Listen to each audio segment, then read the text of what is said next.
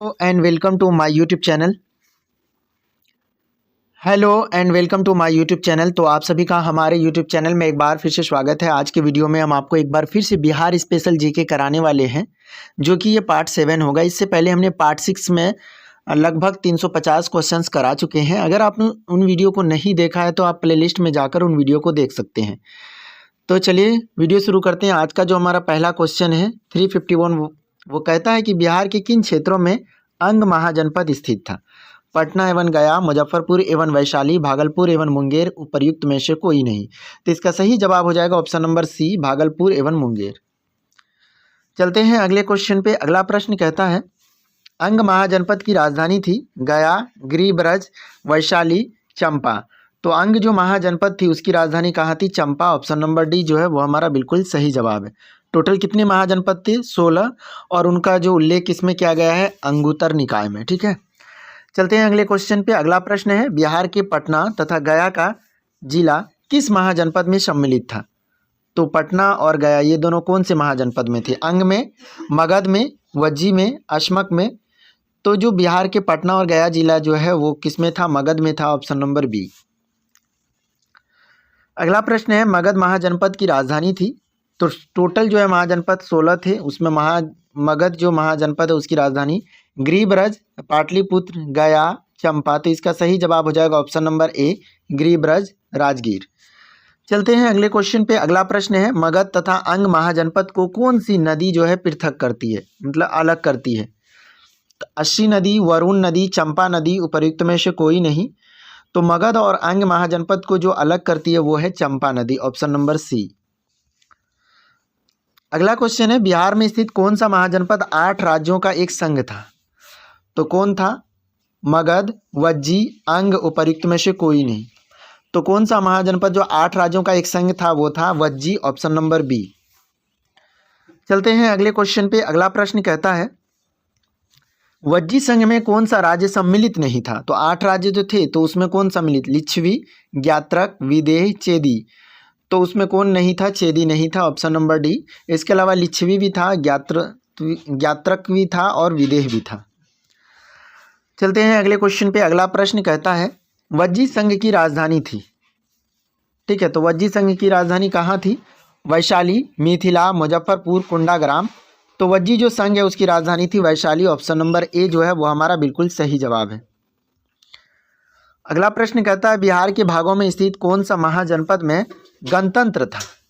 तो मगध में, वज्जी में, अंग में, उपर्युक्त सभी में। तो किसमें था गणतंत्र? तो वो था वज्जी में। मगध और अंग में जो है वो गणतंत्र नहीं था।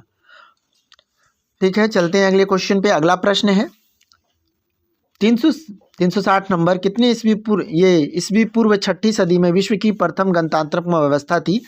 तो 6ठी सदी में जो विश्व की प्रथम गणतंत्रात्मक व्यवस्था किसमें थी? Vaishali, Athens, Sparta, Pataliputra. तो इसका सही जवाब हो जाएगा वैशाली, वो भी कौन सा? लिच्छवी। ठीक है, चलते हैं अगले क्वेश्चन पे। अगला प्रश्न है मगध की प्रथम राजधानी कौन सी थी? पाटलिपुत्र, चंपा, गिरिब्रज, राजगिरी या वैशाली। तो मगध जो है उसकी प्रथम राजधानी जो थी वो थी कौन सी? ऑप्शन नंबर सी हो जाएगा हमारा, गिरिब्रज। ठीक है, चलते हैं अगले क्वेश्चन पे। अगला प्रश्न है प्राचीन काल के 16 महाजनपदों में एक था चंपा, नालंदा, वैशाली, अंग। तो 16 जो महाजनपद था उसमें कौन थे? अंग था। कौन था? अंग। जबकि ये जो चंपा है वो राजधानी थी। नालंदा और वैशाली ये दोनों जो है महाजनपद नहीं था। ठीक है, चलते हैं अगले क्वेश्चन पे। अगला प्रश्न है विश्व का पहला गणतंत्र वैशाली में किसके द्वारा स्थापित किया गया था? मौर्य वंश, नंद वंश, गुप्त वंश या फिर लिच्छवी के द्वारा? तो इसका सही जवाब हो जाएगा ऑप्शन नंबर डी। ठीक है, चलते हैं अगले क्वेश्चन पे। अगला प्रश्न हमारा कहता है जैन धर्म के वास्तविक संस्थापक और 24वें एवं अंतिम तीर्थकार महावीर का जन्म कहाँ हुआ था? ठीक है, तो जैन धर्म के 24वें तीर्थकार थे और अंतिम थे तो पावा, लुम्बिनी, कुंडाग्राम, कुशीनगर। तो इसका सही जवाब हो जाएगा ऑप्शन नंबर सी, कुंडाग्राम में। ठीक है, जो कि कहाँ पे है? वैशाली में। चलते हैं अगले क्वेश्चन पे। अगला प्रश्न है महावीर के जन्म स्थल कुंडाग्राम बिहार के किस जिले में है? वही क्वेश्चन आ गया, पटना, वैशाली, मुंगेर, चंपारण। तो इसका सही जवाब हो जाएगा वैशाली। Option number B. चलते हैं अगले क्वेश्चन पे। अगला प्रश्न हमारा कहता है महावीर स्वामी के पिता सिद्धार्थ का संबंध था। तो महावीर का जो पिता थे उनका नाम सिद्धार्थ था, उनका संबंध किससे था? सारनाथ से, विदेह के कपिल वस्तु से, वज्जी संघ से या फिर कपिल वस्तु से। तो महावीर के पिता जिसका नाम सिद्धार्थ था उनका संबंध किससे था? वज्जी संघ से था। जबकि यहाँ पे बताते सिद्धार्थ जो है गौतम बुद्ध के बचपन का भी नाम था, लेकिन यहाँ पे महावीर स्वामी के पिता का नाम है, ठीक है, और वो वज्जी संघ से जुड़े हुए थे।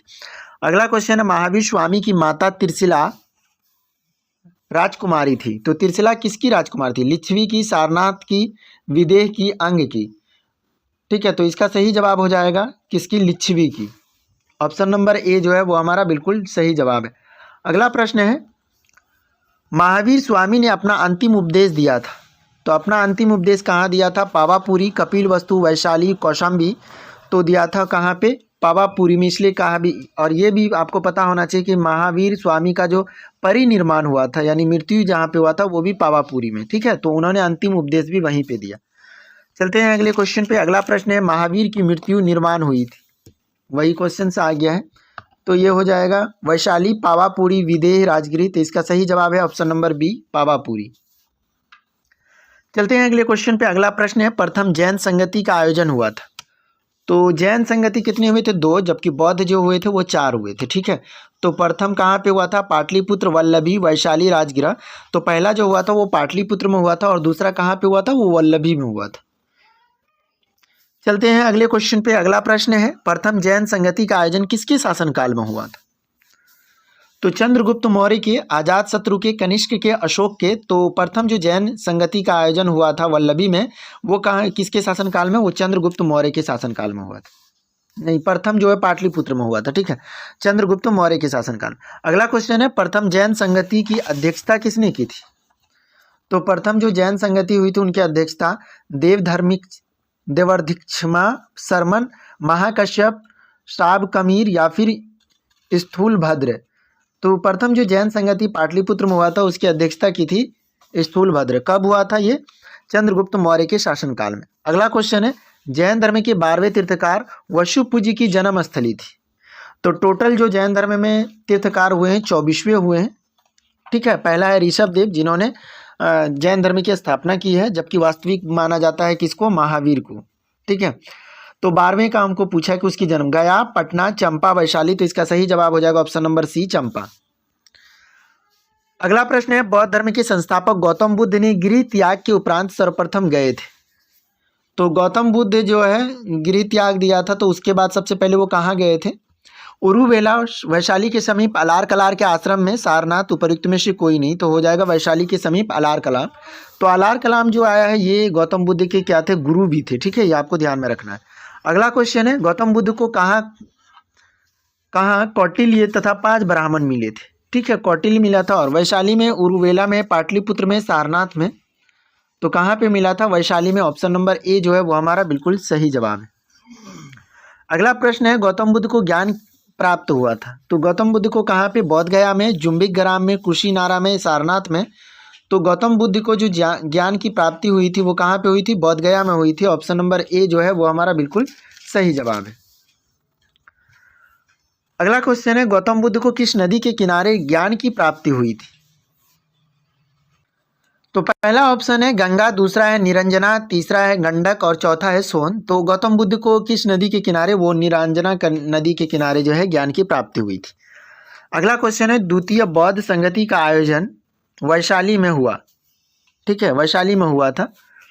तो इसमें किए गए कार्य क्या है? ये बौद्ध धर्म 2 भागों स्थावीर और महासंघिक के रूप में विभाजित हुआ। बौद्ध की शिक्षाओं का संकलन सूत और विनय पटिक के रूप में हुआ। कुछ कठोर नियम बनाए गए और अभिधम्म पटिक का संकलन हुआ। उपयुक्त में से कोई नहीं। तो द्वितीय बौद्ध संगति का आयोजन कालाशोक के समय में हुआ था, ठीक है। तो ये कहाँ पे हुआ था? वैशाली में हुआ था। तो ये बता दें कि इसमें क्या हुआ था? बौद्ध धर्म 2 भागों में स्थावीर और महासंघिक के रूप में विभाजित हो गया था, ठीक है। ऑप्शन नंबर ए जो है वो हमारा बिल्कुल सही जवाब है। अगला प्रश्न है तृतीय बौद्ध संगति का आयोजन पाटलिपुत्र में हुआ था, ठीक है, और यह अशोक के समय में हुआ था। तो इसमें क्या हुआ था कार्य? तो इसमें जो कार्य हुआ था, पहला है बौद्ध धर्म 2 भागों यानी हीनयान या महायान संप्रदायों में विभाजित हो गया। बुद्ध की भिक्षुओं का संकलन सुत्त और विनय पटिक में हुआ। बौद्ध धर्म में 2 भागों स्थावीर और महासंघिक के रूप में विभाजन हुआ। कुछ कठोर नियम बनाए गए तथा अभिधम्म पटिक का संकलन।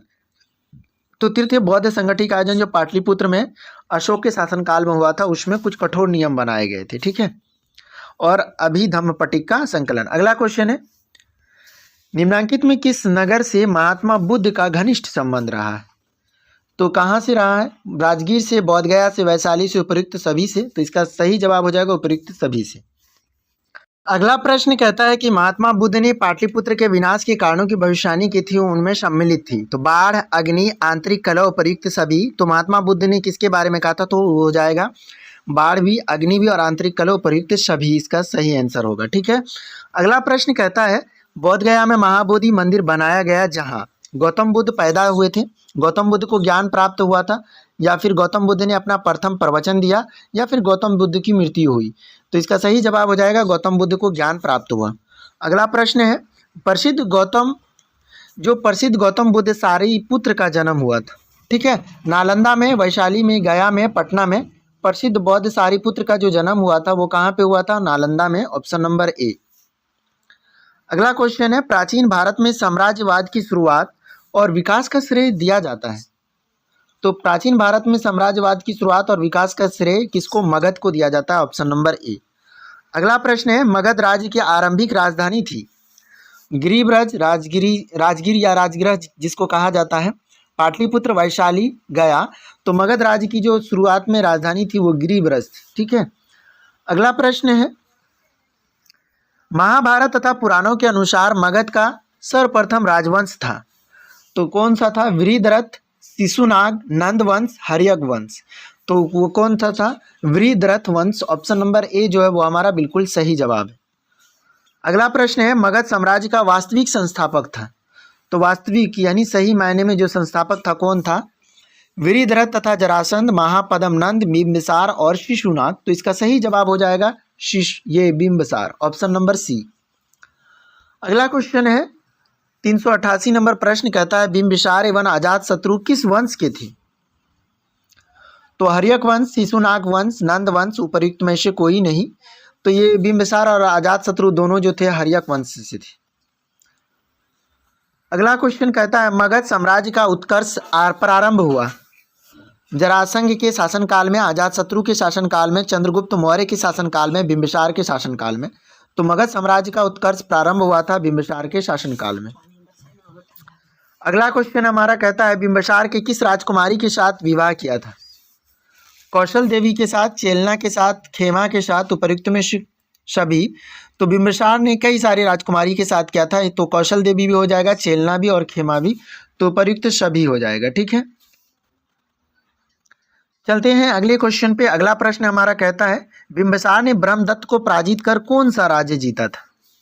अंग जीता था, कौशल जीता था, वज्जी जीता था या अवंती? तो जीता था अंग, ऑप्शन नंबर ए। अगला क्वेश्चन है, हर्यक वंश का दूसरा शासक था। तो हर्यक वंश का दूसरा शासक कौन थे? अजातशत्रु, उदयन, नागदशक, शिशुनाग। तो अजातशत्रु का, ये हर्यक वंश का दूसरा शासक जो था अजातशत्रु था, ऑप्शन नंबर ए, ठीक है। चलते हैं अगले क्वेश्चन पे। अगला प्रश्न कहता है, राजगीर में दुर्ग तथा स्तूप की स्थापना मगध के किस शासक ने की?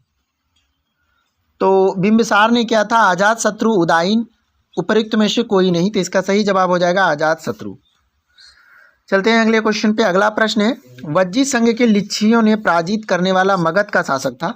तो वज्जी संघ के लिच्छियों को पराजित करने वाला मगध का शासक जो था वो कौन था? बिंबिसार, अजातशत्रु, नागदशक या फिर उपयुक्त में से कोई नहीं। तो इसका सही जवाब हो जाएगा ऑप्शन नंबर बी, अजातशत्रु। अगला प्रश्न है, अजातशत्रु के साथ प्रेम संबंध के लिए चर्चित नर्तकी आम्रपाली कहाँ की थी?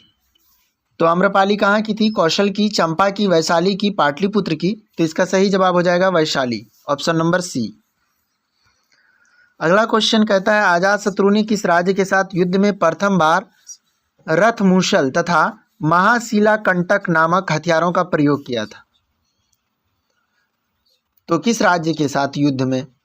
तो वो अंग है कौशल, लिच्छवी, उपयुक्त में से कोई नहीं। तो इसका सही जवाब हो जाएगा लिच्छवी के साथ जब युद्ध हो रहा था तो उसमें उन्होंने रथमूसल और महाशिलाकंटक जो नामक हथियारों का प्रयोग किया था। अगला क्वेश्चन है, प्रथम मगध साम्राज्य का उत्कर्ष किस शताब्दी में हुआ था?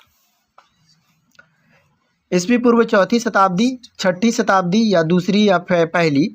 तो ये है छठी शताब्दी ईस्वी पूर्व में। ठीक है, ऑप्शन नंबर बी जो है वो हमारा बिल्कुल सही जवाब है। अगला प्रश्न है, पाटलिपुत्र नगर की स्थापना किस शासक ने की थी? तो बिंबिसार ने, उदयन ने, अजातशत्रु ने, नागदशक ने? तो इसकी जो स्थापना की थी वो किसने की थी? उदयन ने की थी, ऑप्शन नंबर बी। चलते हैं अगले क्वेश्चन पे। अगला प्रश्न हमारा कहता है, किस राजा ने पाटलिपुत्र को सर्वप्रथम मगध की राजधानी बनाया? ठीक है, तो किस राजा ने बनाया था पाटलिपुत्र को? तो उदयन ने, बिंबिसार ने, घनानंद ने, अजातशत्रु ने? तो वो भी वही है, तो हो जाएगा ऑप्शन नंबर ए उदयन। यानी पाटलिपुत्र को सर्वप्रथम राजधानी बनाया या फिर पाटलिपुत्र नगर की स्थापना, दोनों उदयन। अगला प्रश्न है और आज का लास्ट क्वेश्चन है, हर्यक वंश का अंतिम शासक था? तो अंतिम शासक कौन था? उदयन, अनिरुद्ध, नागदशक या मुंडक? तो इसका सही जवाब हो जाएगा नागदशक। तो दोस्तों हमने टोटल इस वीडियो में 50 क्वेश्चंस कराए हैं। आई होप आपको ये वीडियो पसंद आया होगा। वीडियो पसंद आया तो वीडियो को लाइक कीजिए और अपने दोस्तों के साथ शेयर कीजिए। और हाँ, अभी तक चैनल को सब्सक्राइब नहीं किया है तो सब्सक्राइब कीजिए। तो मिलते हैं अगले वीडियो में। Thank you, bye.